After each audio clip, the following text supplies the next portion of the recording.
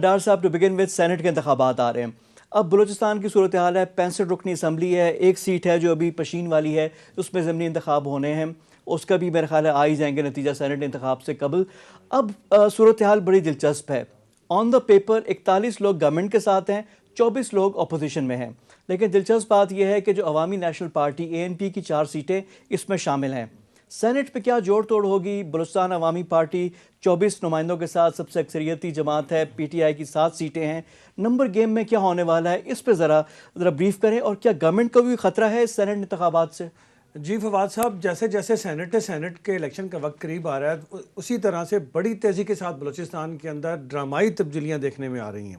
جیسے کہ آپ نے اپنے انٹرو میں خود بتایا, ANP کا ووٹ ان 41 ووٹس میں گورنمنٹ کے اس گروپ میں شامل ہے, لیکن پشین کا جو PB20 پشین کا جو ضمنی الیکشن ہو رہا ہے اس میں جو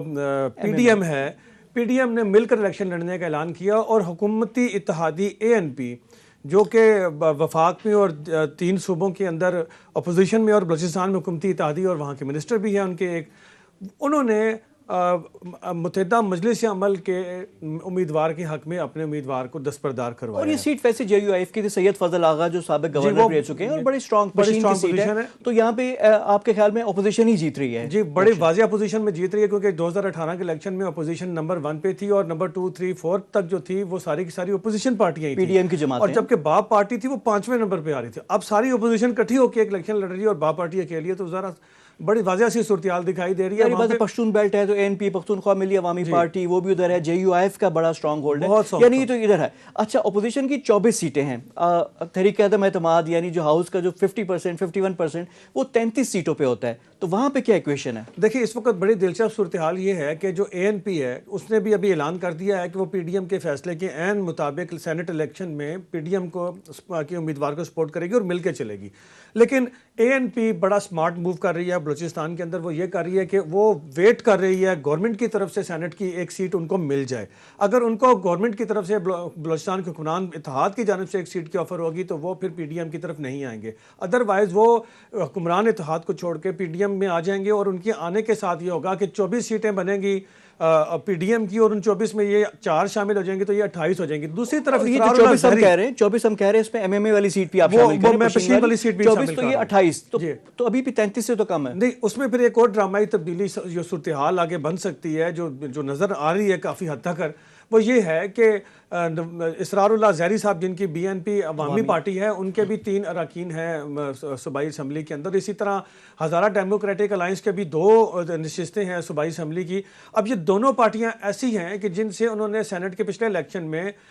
باب پارٹی نے اس وعدے کے اوپر ان سے ووٹ لیا تھا کہ اگلی مرتبہ جو وہ سینٹ الیکشن ہوگا 2021 میں, اس میں ہم آپ کے امیدواروں کو کامیاب کریں گے. اچھا, اب یہ ہے کہ دعوے دار بہت ہیں اور سیٹیں کم ہیں, اور اس میں ناراضیاں بھی کافی ہو سکتی ہیں, لوگ ناراض بھی ہو سکتے ہیں, جس کا خمیازہ بھگتنا پڑ سکتا ہے, پاسبل ہے. اچھا, لیکن اپوزیشن میں بھی دیکھ لیں نا, اپوزیشن میں بھی جو ثناء اللہ زہری صاحب ہیں PMLN کے, وہ بھی خفا بیٹھے ہوئے ہیں. ظاہری بات ہے جماعت سے وہ نکل بھی گئے ہیں, لیکن ہیں MP ہے ان کا کیا ہوگا. اسی طرح انڈیپینڈنٹ ہے جو سابق وزیر اعلیٰ جو ڈگری ہوتی ہے سے بڑے مشہور تھے, نواب اسلم رئیسانی صاحب, وہ انڈیپینڈنٹ ہے, تو ان کا بھی ایک آدھ ووٹ ہے. تو دیکھیں گے بلوچستان ہسٹوریکلی آپ دیکھیں جب ریٹ لگتے تھے فاٹا اور بلوچستان, یہ سارے فہرست ہوتے تھے کہ یہاں پہ پیسہ چلتا ہے. اب جو آئینی ترمیم سپریم کورٹ میں بھی معاملہ ہے, اور جو کرنا بھی چاہ رہی ہے گورنمنٹ, آرڈیننس بھی لانا چاہ رہی ہے کہ شو آف ہینڈ ہو, اوپن ہو, تب اس سے کیا امپیکٹ ہوگا, اور سیکرٹ ہو. تو بلوچستان میں بڑے انٹرسٹنگ سیناریوز ڈیولپ ہو رہے ہیں. اچھا ڈاکٹر صاحب, آپ کی موجودگی کا فائدہ, خبر ایک ہے ہمارے پاس کہ جو بلوچستان ہاؤس ہے اسلام آباد میں,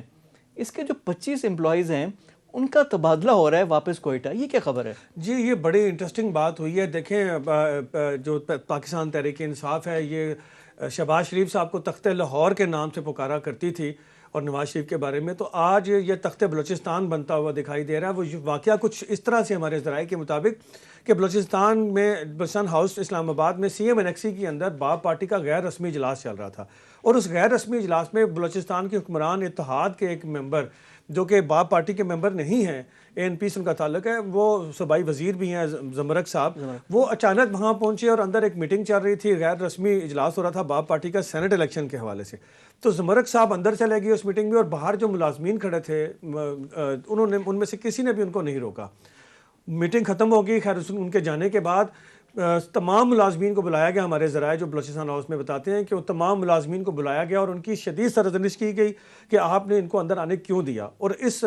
جرم کی پاداش میں اسی دن رات کے وقت ہی ان کے لیے ان کی 25 ملازمین کی ٹرانسفر کوئٹہ کر دی گئی اور ان کا نوٹیفیکیشن جاری کر دیا گیا, جس پہ وہ ملازمین بڑے پریشان. وہ کہتے ہیں اب ہم یہاں سیٹ ہیں, ہمارے بچے یہاں آئے, اسکول پڑھ رہے ہیں, ہم کہاں یہاں سے وہاں جائیں, اور اتنی سی معمولی سی غلطی پہ ہمیں اتنی بڑی سزا, اور ہمیں کوئی ایسی انسٹرکشنز بھی نہیں دی گئی تھی کہ کسی کو اس اجلاس میں اس میٹنگ میں آنے نہیں دینا. تو یہ میرا خیال ہے بڑا ایک گمبھیر معاملہ ہے جو کہ تخت بلوچستان بالکل واضح طور پہ بنتا ہوا ہمیں تو دکھائی دے رہا ہے. جی چلیں, لیکن ابھی دیکھنا ہے کہ اس پہ فیصلہ کیا ہوتا ہے, اور شاید نظر ثانی بھی کچھ ہو جائے, کچھ دیکھتے بھی ہیں, اور اصل وجوہات بھی ہوتا ہے. بعض اوقات ہوتا ہے کہ یہ بھی موقف آتا ہے کہ بہت عرصے سے ایک جگہ پہ ہیں تو ادھر سے بھی ہو جائے, تو اس کو بھی ذرا ڈگ آؤٹ کرتے ہیں اور فالو اپ